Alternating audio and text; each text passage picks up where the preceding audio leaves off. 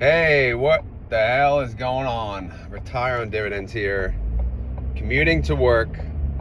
So it's time to make a Riding with Rod video. Why? Because some people actually like it.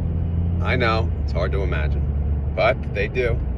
So let's make it. Let's yip yap. Let's talk about whatever. Diet update. Down 6 pounds. I've been dieting for about a week, a little over. Just counting calories, intermittent fasting. I'm doing the 16-4, which is 16 hours fasting, 8 hours eating, but I'm also counting calories.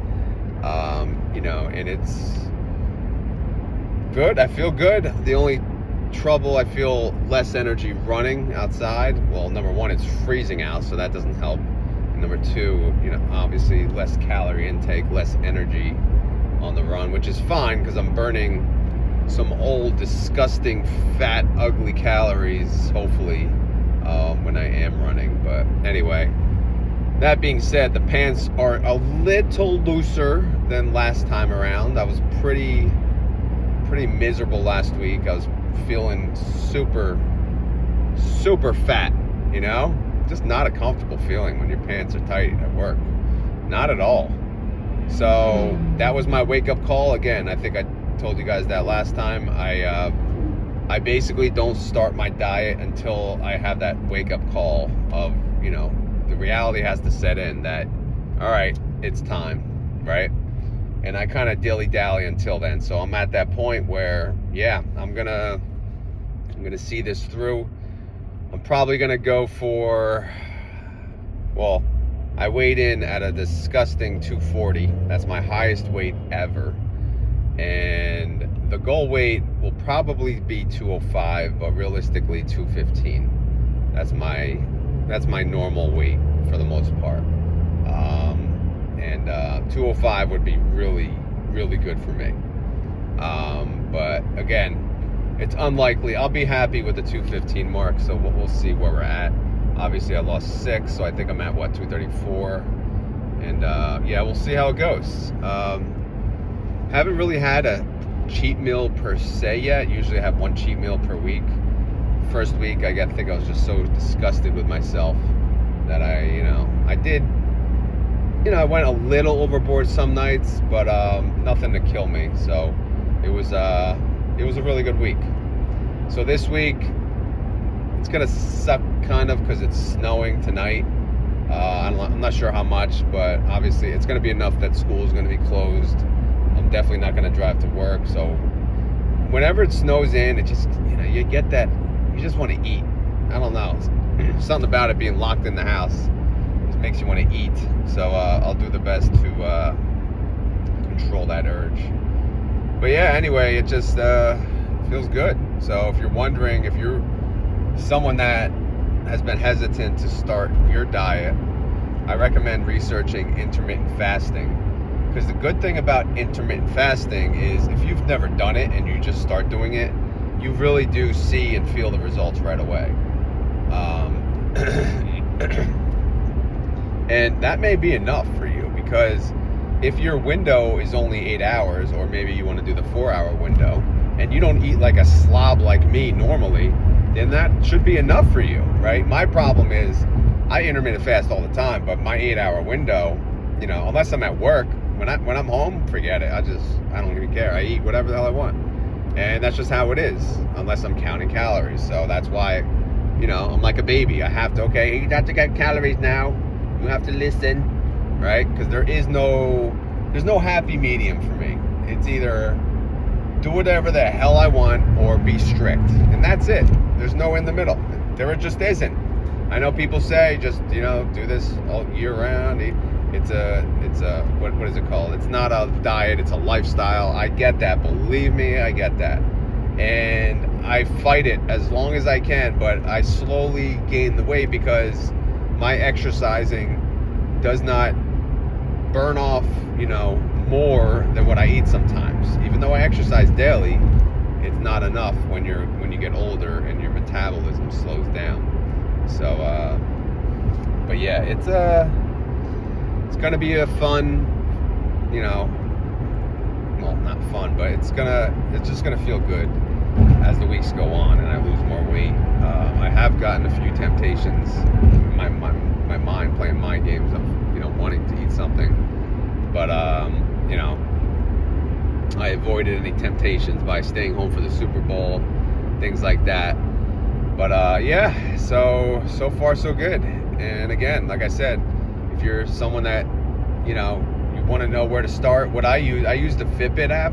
Number one, because I have a Fitbit and it tracks your steps and it shows you how many calories you burn, and it also has a calorie counting app where you can track your food, and it has a scan bar and everything, and it's free.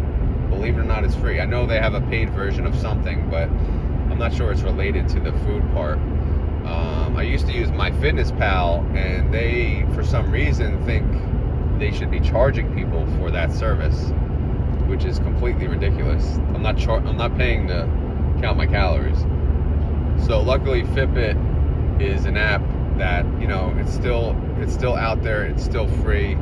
So if you're interested in an app to track your calories, I know that's a good one. I think Lose It. I'm not sure. Actually, no. I think Lose It charges too. So there's very limited options out there. If you guys have any others, let me know. But I like the Fitbit app because I use Fitbit, for tracking my steps and all that jazz when I run. It tracks my mileage when I run. But yeah, and it works. I know their database is not as as wide as the MyFitnessPal, but yeah, it's speed didn't even go past me, but yeah, it's a pretty good app, so go check it out.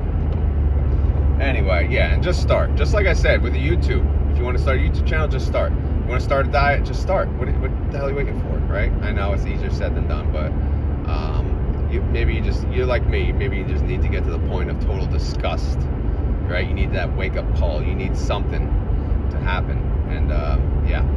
Anyway, so that's the update. 6 pounds in a week. Hopefully, this week it's another 5 or so, and then we'll go from there. But yeah, so for today's video, I didn't really have, well, as usual, I didn't really have any topics to discuss. I was thinking to talk about like how I started investing, like how I got started. So I figured I'd go with that, and then we'll if we branch out to random shit, we do go from there. Just trying to lower the heat. So for the longest time, I was always interested in the stock market, right? And I just never did the research myself. I never took the additional effort to do anything myself. I just always, in the back of my mind, had interest in it. I always had a 401k, and I did minimal research with that even. But one day I finally, made the decision. I'm just gonna, research and look up like how much, because the biggest deterrent for me was you had to pay, and this goes way back, right? You had to pay a commission, a fee for each trade. You had to pay like a transaction fee to buy and sell stocks. So that alone just made it so intimidating. I'm like, all right, first of all, I'm broke as hell. I probably can't even afford the fee to buy a stock, let alone the money to buy the stock, right? Plus, I don't know what I'm buying. Plus, I don't even know where to begin. So the whole thing was set up to just, kind of scare you away. But I decided to look and research like free trades or free commission, and Robinhood came up. And Robinhood, it was young, very young at that stage, and it said 0 commission trades, free trading, or whatever it said at the time, and I couldn't believe it. I was like, wow. So, I did my research, make sure it wasn't a scam.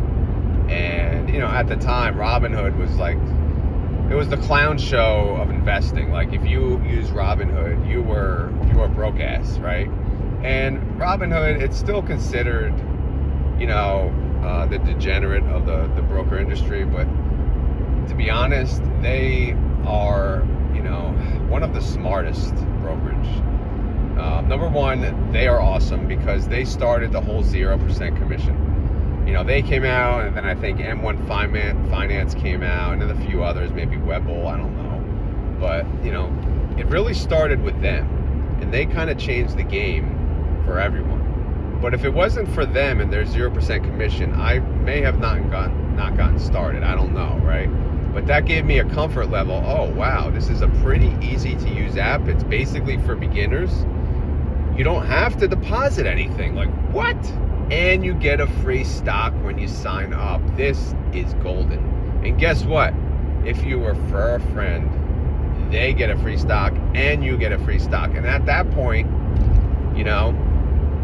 they were given, sometimes you get a Microsoft stock. I'm like, damn. I mean, at the time, Microsoft was like $70, but still, like that, you had a possibility of getting that, even though half the time you get like freaking GoPro or some awful stock. But it's better than nothing. Right now, the referral thing, I think, is what, $5 they give you something, and they just give you cash, or no, they give you $5 into a stock, right? Because they're fractional share of a stock, right? Now, at that point, when I got involved, there was no fractional shares. There was just whole shares. So, again, and they were just trying to make a name for themselves, and they did. They did really well. But yeah, that's how I got started. Robinhood was really what, who I have to thank for it all.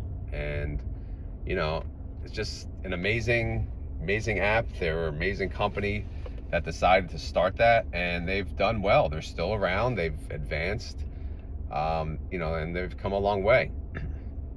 And I used them for quite some time, and I even traded options with them. But it got to the point where I eventually wanted to learn more about options, and most people led me to TD Ameritrade, Thinkorswim, and obviously, at that point, super intimidating.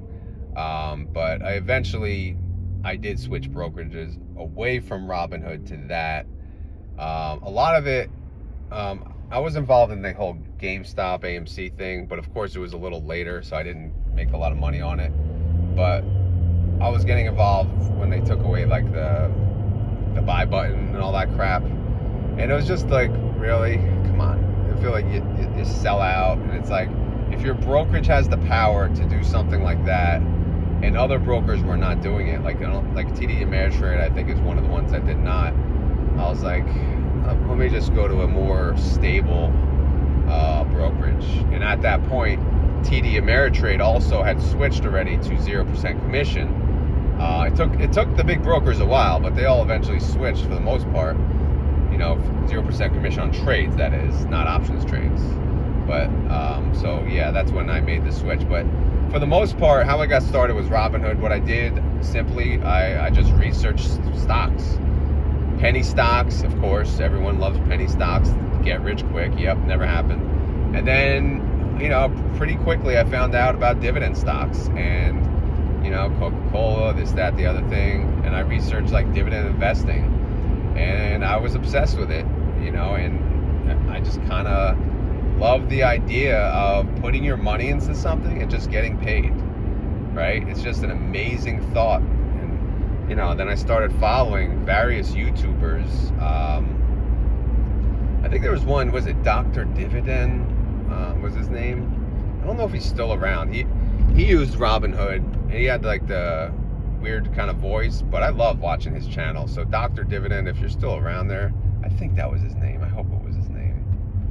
Man, I don't know. There's something about him. I just enjoyed the ease of his channel, the way he explained things. It was just like it made you feel good just listening to his channel. And then obviously I looked into more stuff, like I found PPC Ian at his earlier stages in YouTube. And, he still is, he's good. He's very good at what he does. And he's very thorough, very professional, researches every single, dividend stock, and he talks about it, he breaks it down. And then eventually he got to the point where the Patreon thing and this and that, and it's like, obviously, I always said I'm not going to pay for any services, but yeah, PPC Ian is awesome. So he was a part of my learning, and obviously Dave Ramsey at the same time, because I was trying to get out of debt at the same time I was trying to learn how to invest. So I always I didn't listen to him for investing advice, because we all know about his investing advice. He doesn't like to get into the nitty gritty himself. He'd rather pay professionals, fund managed mutual funds to do their work. But whatever, to each their own. Everyone has their own opinion.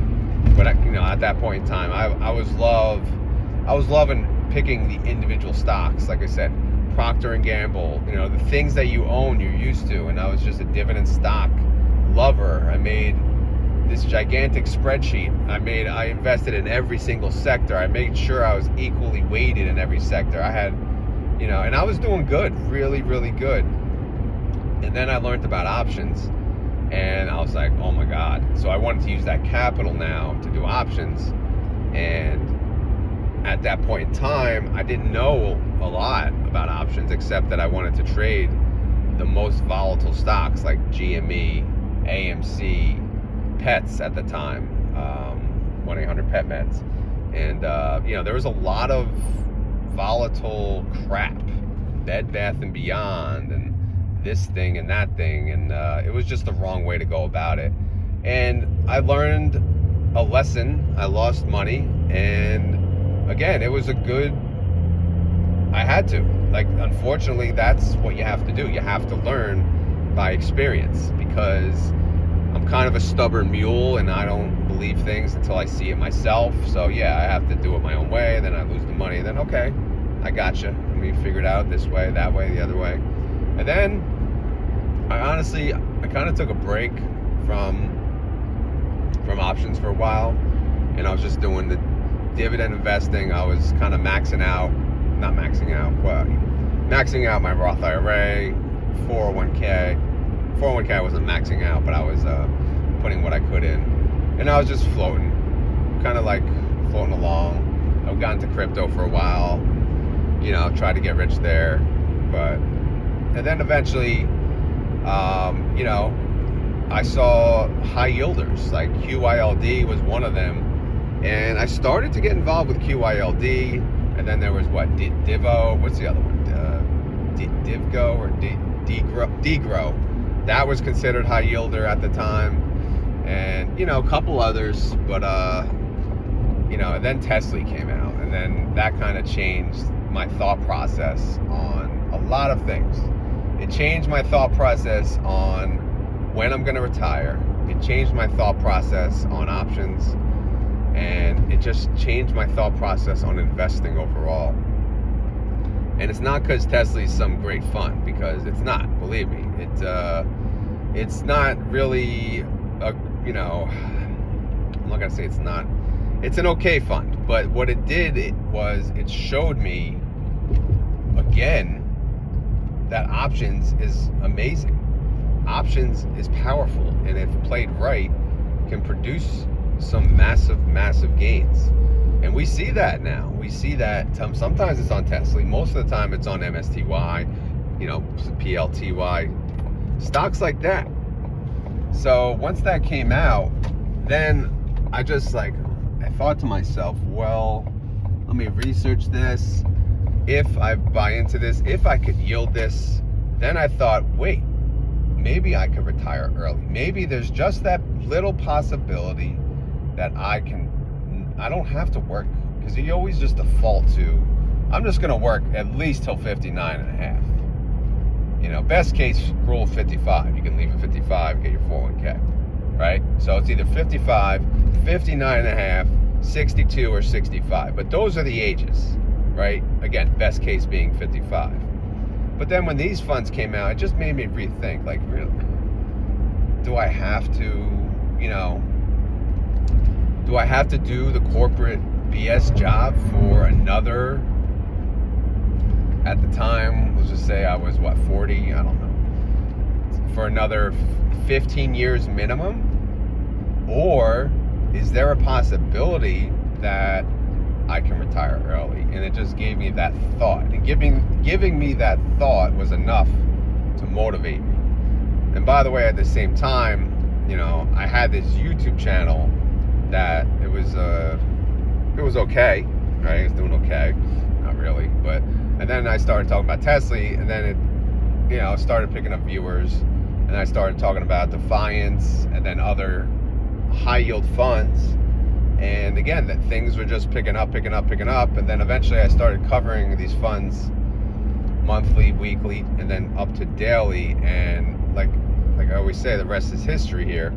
But so the channel becomes essentially a thing of its own, right? It's a part-time gig for sure, and it's become an income source, and it's now, it's done enough that I basically was able to tell my wife last year, like, you don't have to go to work anymore. We don't have to, struggle like this with having 2 kids, rushing to daycare, rushing home from work. Who's going to pick them up? I can't. Who's going to do the son's homework? I can't. So I said, why not? Let's keep one parent home to deal with that, like to deal with putting on the bus, to deal with the homework, to deal with the little one, and YouTube allowed me to do that. At the time, the plan was just YouTube, and of course now we have since, utilized high yield income and options income, which we'll get into in a second. But let me take a sip of water. But yeah, so what the hell were we talking about? So obviously, yeah, YouTube, again, it's just its own little thing. I talk about high yield dividends. I talk about options. I talk about my investment journey, and it's working. I'm building up an audience slowly but surely. Unfortunately, I've never gone viral. I've never had that really big hit video or big hit short or anything that just popped out and said, oh my God. But at the same time, I'm not really one for the dumbass thumbnails. You know what I'm talking about, like the face and the this and the that. I mean, I'm all about that in the shorts, like just acting goofy. But, there's some people who every thumbnail, it's just like a, oh my God face, right?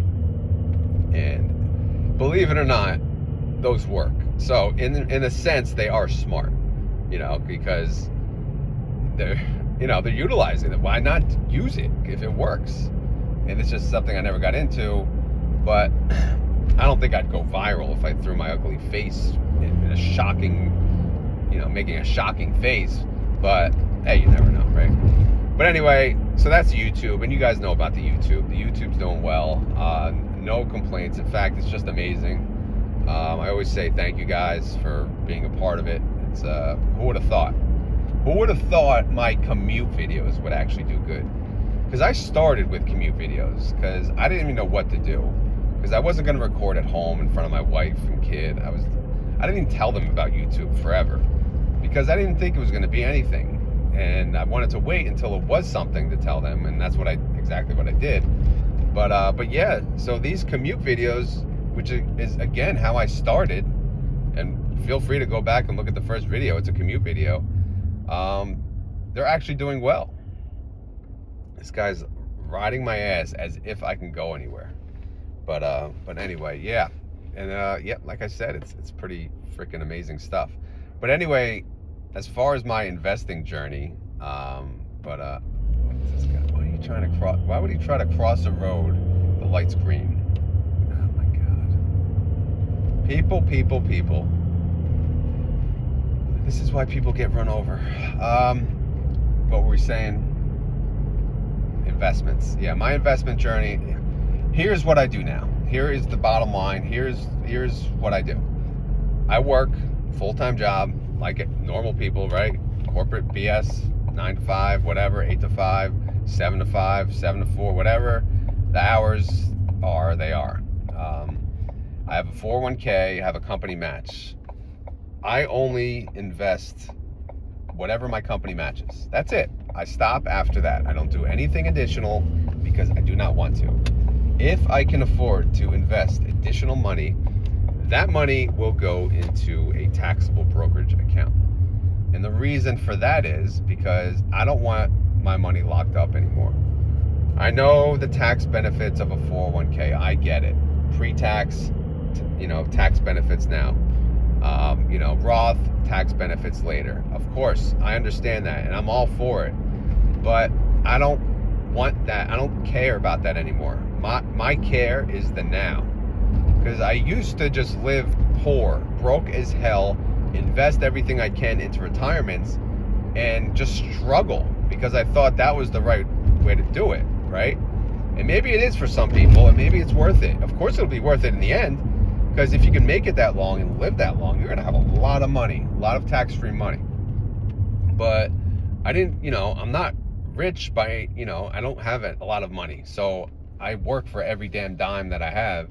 So, I'm not going to sit here and save to be possibly a millionaire when I'm an old fart. That's not, that doesn't do it for me.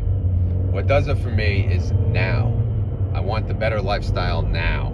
And, it's, if obviously if I have to sacrifice some of my retirement, then so be it. So yeah, my 401k, I don't invest in a Roth IRA anymore. So I only do company match on the 401k. That's it. So obviously as I get raises every year, sure, company match will be better. And then more and more money will go into it. And I invest in aggressive growth stocks in that fund, aggressive growth index stocks. And it does its thing and it's doing well. And I'm leaving that alone. All right. Will that be enough for retirement standalone? To be honest, probably. Considering I know by the time I'm old enough to use it, yeah, I think it would be, to be honest, because I know how to make money off money. Because I'm not gonna, I love investing. I love trading options. So I'm not gonna be one to just be like, oh my God, I can't wait to retire so I can just set it and forget it. Hell no, man. I'm freaking trading forever. Like, I love options trading. I love the stock market. I love hearing that opening bell and just being a part of it. It's just, and I love, I have a Discord community. Man, it's a blast just talking to like-minded people who are just in the same boat.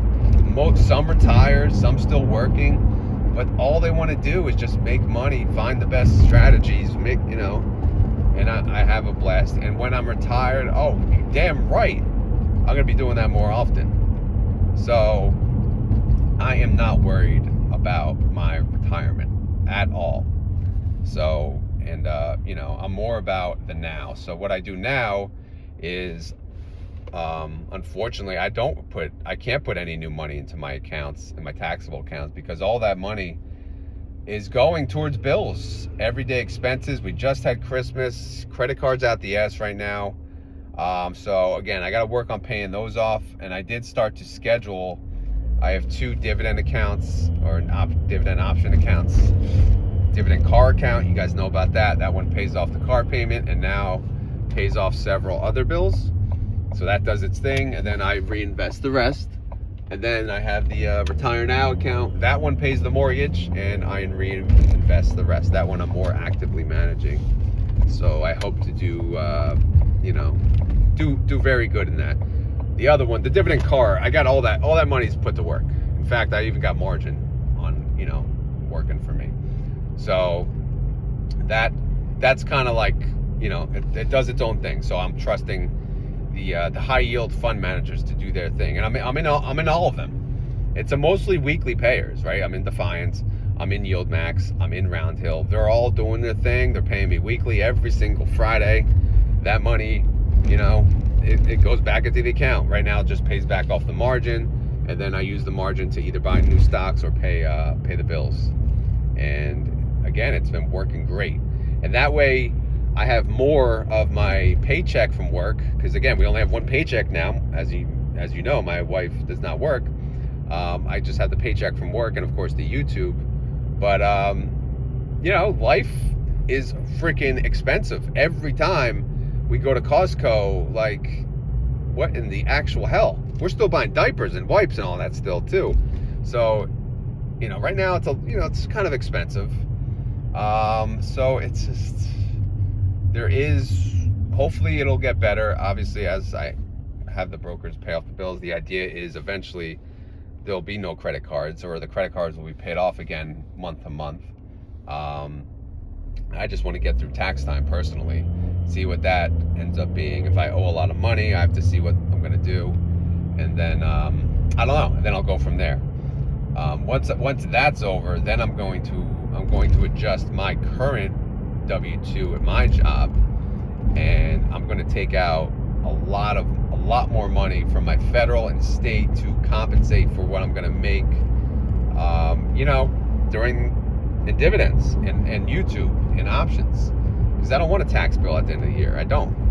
Some people do, because maybe they have a big bankroll. I don't know.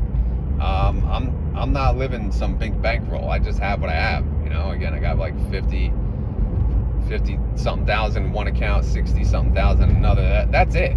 Those are my two taxable accounts. So it's not like I'm living the life of luxury. My expenses I live in New Jersey, so my expenses, it's a lot.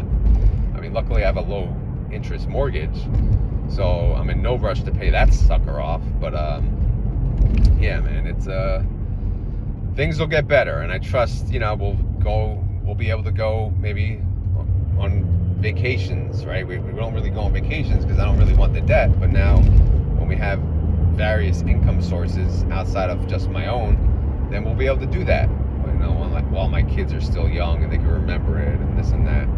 But so anyway, that's my investing journey. So yeah, so basically my only retirement is my 401k, okay? And yeah, I take the company match and then I move on. I put in, I will put in any additional money I have into the taxable, but right now I cannot do that, unfortunately. So the taxables, they're just gonna hopefully, outside of the bills they have to pay, hopefully continue to make money with the money that gets reinvested back into them each and every month. Obviously, I'm doing options on both accounts, so hopefully between the options, the dividends, and all that, we're gonna do well in due time. Obviously, yeah, the market could tank, this could happen, that could happen. Guys, anything can happen. I know, whatever. I'm not gonna play the scared game. I'm just gonna play the game and have fun with it. But yeah, that's my investing journey from soup to nuts. Obviously, I skipped a lot of crap in between, but I'm trying to do it as quick as possible for the amount of time I have on the commute. I started this video right after I got gas, which is about maybe 15 minutes into the commute. I don't know, but yeah, it's like, I call that, like, that's the stop. That's basically the stop where I can begin. It's like, all right, I'm not halfway, but I'm a quarter of the way. So let's start, because the first quarter I gotta wake up, and then I of course gotta get gas. And yes, in New Jersey, by the way, I don't pump my own gas, right? People come to me and they say, what do you need? And by the way, there's nothing better than polite ass gas attendants. Like, good morning, how are you? How's your day? Talking to you. And then sometimes you just get like, yes, miserable. Yeah. Can I get you? And that's it. Like, really, bro? It doesn't take much to just say a little more or do a little more. I know some people are miserable at their job. This goes for everywhere, by the way. Supermarket, like cashiers. Some people are just goddamn miserable, and they need to snap out of it, because, they need to keep in mind, there's, if someone has a really cheery, good, happy mood, that can put others in good moods, right? But if someone's a miserable bastard, and like you ask someone for help, you get a miserable feeling, now you're pissed off. It's just, the string of events.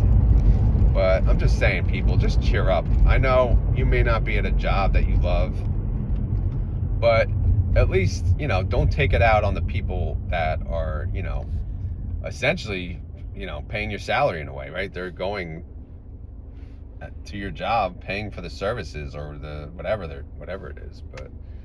And believe me, I've had a lot of shit jobs, right? I was even a busboy. I mean, does it get any? That's to me, that's almost the bottom, right? Busboy, and because I started, that's when I was working 2 jobs.